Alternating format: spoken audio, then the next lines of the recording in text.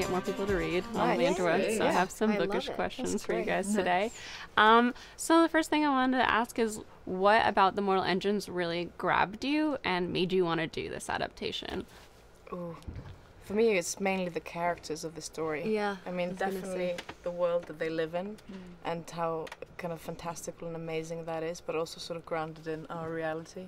But the characters were the main thing for me. Yeah, I mean, what a rare opportunity to be able to portray strong females.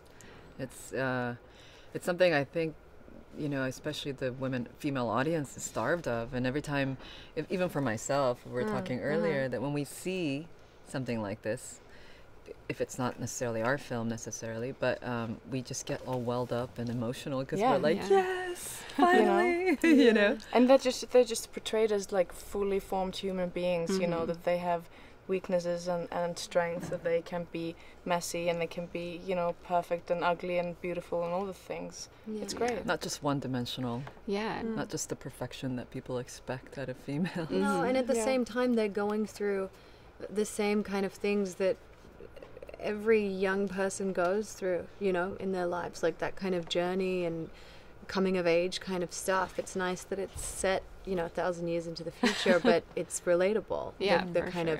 of their stories.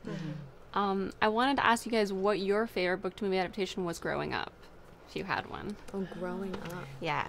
I used to watch a lot of Pippi Longstockings.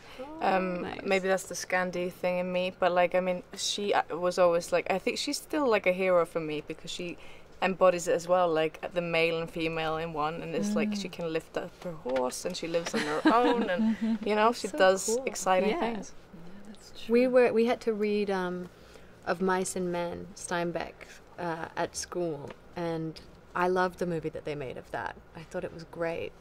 So that would be that's not really like a childlike adaptation, but I was, you know, Still. I was like 14. Yeah. That's, you know, that counts. counts. And we got to watch a movie at school. And That's always the best. Yeah, it was a good day. Yeah. Well, for me, I grew up going to 10 different schools in 3 different countries, so I kind of like missed a little bit of culture and pop culture in between, so it's kind of hard for me to remember what, because I went from Korea to Nigeria. I remember watching a lot of James Bond movies in Nigeria, but I didn't read any Did you books. read the James Bond book? That would have No. been That would have been a really age. cool one. yeah, as a child as well. Yeah. Do you guys have a book that you feel like changed your life, you know, like kind of really had an impact on you? Yes. Memories, Dreams, and Reflections by Carl Jung. Jung, the German pronunciation. Yeah. It's one of those books I have to keep going back and study again, you know, because there's Yeah. so much to learn from it. Yeah. Wow. I still haven't read that. I would love to. Yeah, I'm gonna look it up. Yeah. And Master and Margarita is a Yeah, fascinating book. yeah. And you can read. For me, it was actually Independent People. It's an Icelandic novel that I read as a teenager, and just it sort of sums up a lot about our society and our people, but it's an amazing drama. So I love that. I don't know if this so much changed my life, but it was the first book that I read that I enjoyed a book, like a big book, and I don't remember the author now, but it's called Thursday's Child, and I would have been about like 10 or 11 or something like that, and that I love. My mom and I read it at the same time, and we were in different countries, so it was kind of, we kept like updating each other on it, and it was the first time I enjoyed reading a thick kind of book. Nice. I haven't heard of any of these, so I'm excited to Google them all. Good. So what was the last book you have read? Do you read a lot, or, you know, because you're reading a lot of scripts, I'm assuming, so. I get to read when I'm on holiday. I don't know about you guys, but like that's the only other time, because you get so many scripts that I get sick of reading. Yeah. I mean, I'm like I'm reading Catch-22 right now, and I think I've restarted it so many times because each time I have time to go back. But the last time I read a book from start to finish on holiday was Eleanor Oliphant is Completely Fine. That's amazing. It's really good. I is it? loved it. Yeah, and they're Yeah. making a movie out of it. Annoyingly, like it's already been cast because she's such a cool character. Like, yeah. So you guys should read it. Yeah, absolutely. Which movie is this? Eleanor Oliphant is Completely Fine by Gail Honeyman. I want to say Very good. Yeah. It's a similar author. I'm probably not pronouncing it right, but HBO just did a special. My best friend, my brilliant friend. Oh yes. I'm on book 2. I cannot put it Oh down. my Really? gosh. It's so good. Oh, It is I so haven't great when you read it. find I'm gonna something look like that up that. too. Yeah, it's incredible. The writing is so incredible. Yeah. You can't put it down. I'm gonna read it. Yeah. Nice.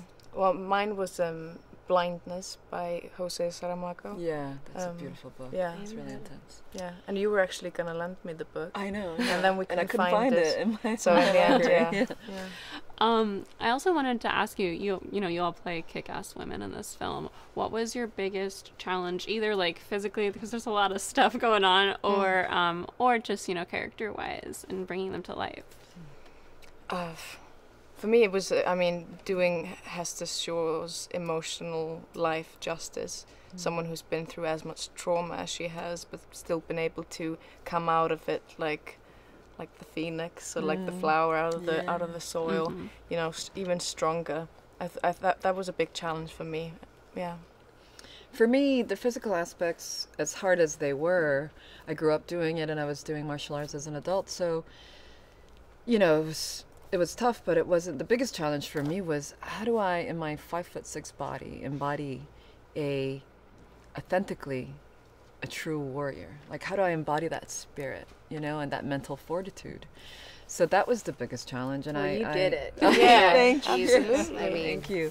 totally- I read a lot of books, and I also decided that in order for me to be authentic in my portrayal, that I had to have those elements in my life in a way. So it was the great opportunity to up my ante on my virtues of discipline and patience and Your all these character things. is So amazing. thank you so much. Yeah. Thank you. I would say No. the same as Hera for me. Just, Philip Reeve, the author, really gives you so much detail in the books, and he's created these really awesome, completely individual and set aside from each other characters that are so, rich, and just to do that justice. Yeah, the Yeah. same thing. Just to be able to, that was the scariest, challenge. Yeah. To do his character's justice. Justice. Okay, last question I want to ask is, what book do you recommend to everyone? Is there like a specific book you've read in your life that you're just, when someone's like, oh, I need something to read, that you're like, this one. Oh my gosh. I've tried recommending independent people, and it's gone down sometimes amazingly, and other times I think it was just a bit full on for that particular person. But I would definitely recommend Pippi Longstockings to go back to that, because I just think she's a great role model for like boys and girls out there. Yeah. Yeah. I'd recommend reading all the Mortal Engines. I'm not just saying that. I haven't Like, read any of No them. bias. they get better and better as the books go on. And once those of you who haven't read the first one, the ones that have know that I don't have to say that, because there's characters that aren't in the other ones, but they are really good. Like they really do. The story comes to such a emotional, lovely ending after all of them, and you should read them all. Nice. I would recommend Herman Hesse's Siddhartha. It's a very short one, and it's very poignant, and it teaches you a lot. Cool. I could keep reading it. Well, thank you for answering all my bookish Thank you, of questions. It was course. really nice talking to you. You too. Thank you.